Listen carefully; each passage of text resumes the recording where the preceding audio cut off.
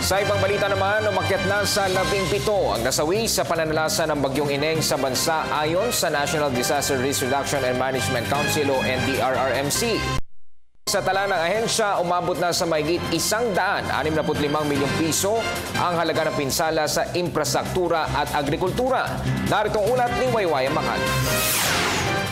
Ngayong nakalabas na ng bansa ang bagyong Ineng, pero ito ay nag-iwan naman ng mga kalsadang hindi madaanan at walang supply ng kuryente sa ilang bahagi ng Region 1. Sa huling datos ng National Disaster Risk Reduction and Management Council, umabot sa 17 ang naitalang namatay matapos manalasa ang bagyo. Karamihan dito ay mula sa Cordillera Region na nakapagtala sa 15 katao ang namatay at halos lahat dito ay nasawi dahil sa pagguho ng lupa.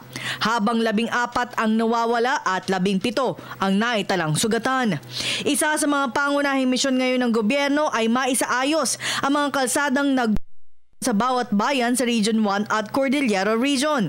Umaabot kasi sa 50 kalsada at 11 tulay ang sira ngayon at hindi madaanan ng mga motorista. Ayon kay Undersecretary Alexander Pama, pinagtutulungan na ng mga ahensya, local at national government na pondohan ang mga ito para mapabilis na maisaayos ang mga nasirang infrastruktura. Tuloy-tuloy na inaayos ng ating mga kasamahan sa DPWH. In fact, pinag-uusapan na namin kanina yung mga tulay, kunyari na mga nasira na pwedeng na dapat na critical. Kunyari itong sa Santa Nato na kailangan maibalik kasi yun lang talaga ang source na ma-connect sila.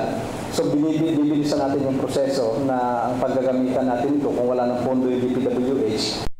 Rekomenda from the NDRRMC kay Presidente na gamitin yung calamity funds. Higit 165 million pesos ang kabuang pinsalang naitala ng NDRRMC.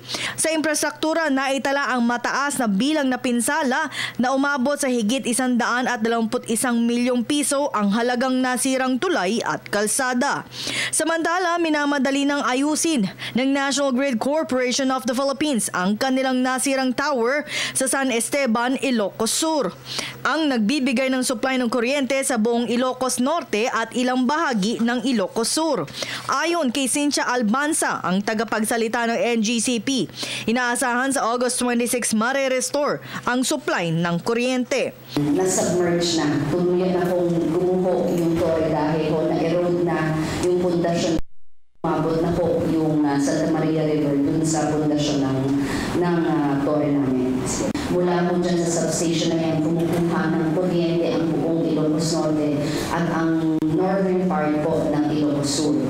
So yung restoration efforts po namin ay hopefully po kung hindi po magkakaroon ng iba pang aberya at patuloy na gumaganda ang panahon, matatapos po namin ng August 26. Alas 5 ng Lunes ay ibinaba na ng NDRRMC sa Blue Alert ang kanilang Operation Center matapos lumabas sa bansa ang bagyong Ineng.